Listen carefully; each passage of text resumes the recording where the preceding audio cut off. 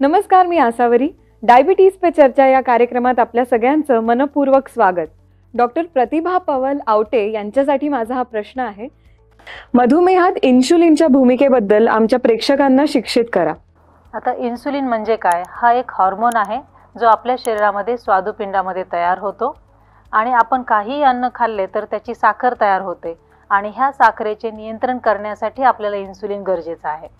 आणि जर मधुमेहामध्ये इन्सुलिनचे महत्त्व जर जाणून घ्यायचे असेल तर एक साधारणतः 100 वर्षापूर्वी एखाद्या लहान मुलाला मधुमेह झाला म्हटलं की त्याला एका वॉर्डमध्ये ठेवायचे, एका हॉलमध्ये. असे बरेचसे लहान मुलं एका लाईनमध्ये झोपलेले असणार. आता हे मरणाच्या दारात आहेत, यातला मुलगा वाचून परत घरी येणार नाही. आणि अशाच वेळी 1921 साली जेव्हा बँटिंग आणि बेस्ट या शास्त्रज्ञांना समजले की स्वादुपिंडाचा एक रस आहे ज्यामुळे ही साखर नियंत्रणात आणू शकतो, आणि त्यांनी जसे ह्या मुलांना ते स्वादुपिंडाच्या रसाचे इंजेक्शन द्यायला सुरुवात केले, एकानंतर एक ही सगळी मुले उठून उभं राहिली, बोलू लागली आणि चमत्कार झाला त्या हॉलमध्ये.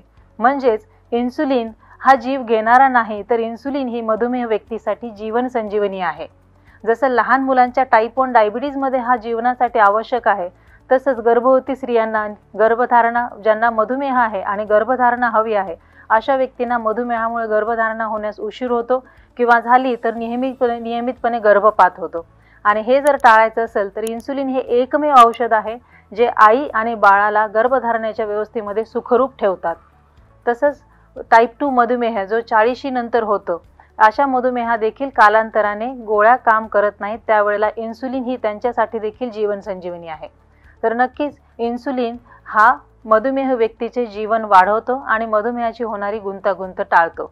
फक्त त्याबद्दलचे काही गैरसमज असल्यामुळे इन्सुलिन हे चांगलं औषध असून देखील मधुमेह व्यक्ती त्याला घेण्यास नकार देतात.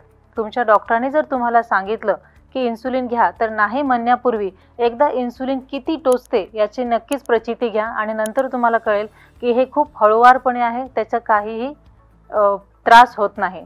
त्यामुळे इन्सुलिन जेव्हा तुमचे डॉक्टर सांगतात तेव्हा नक्कीच घ्या.